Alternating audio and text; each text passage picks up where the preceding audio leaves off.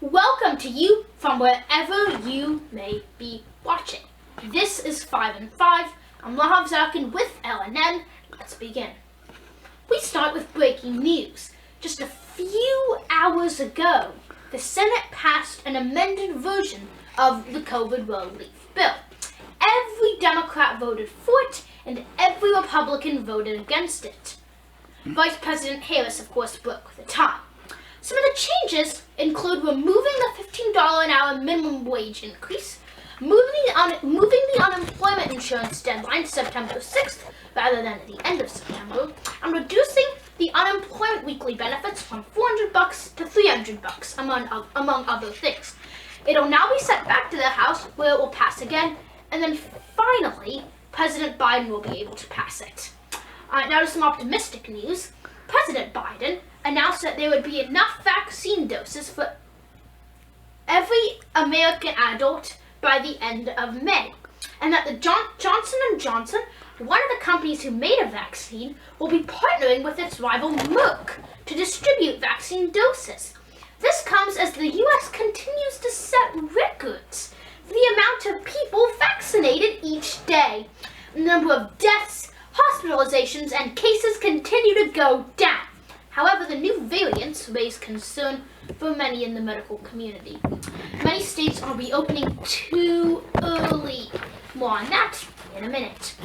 Turning now to very bad news. It has been a few weeks since that deadly winter storm hit states such as Louisiana, Texas, and indeed Mississippi. In the state's capital, Jackson, many people have been without water for 3 weeks. 3 weeks! A fourth of the city's customers still don't have water.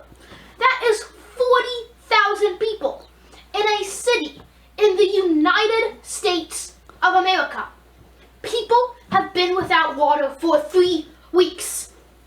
It is a shocking and unacceptable situation, and I urge you to do whatever you can to help the people of this city. Now to a story that is still shocking, and I'm not worried about being impartial here. The governors of Texas and Mississippi have decided to drop their mask mandates and completely reopen the states. This begs the question: what percentage of the population of Mississippi has been fully vaccinated against COVID? 4.3%. What percentage of the population of Texas has been fully vaccinated against COVID, you may ask? The answer, 4.8%. Let me be clear. We should still be wearing masks until the vast majority of people have been vaccinated, maybe even longer. Please continue to wear your masks and stop complaining about freedom. Alright, on Monday, former French President Nicolas Sarkozy was sentenced to 3 years in prison, though he will only actually be locked up for 1 of those years.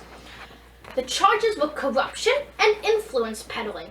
The president from 2007 to 2012 said multiple times that he was innocent, even though obviously we now know that he was guilty. Alright, that concludes this week's 5 and 5 roundup. See you next week. Have a good week, guys.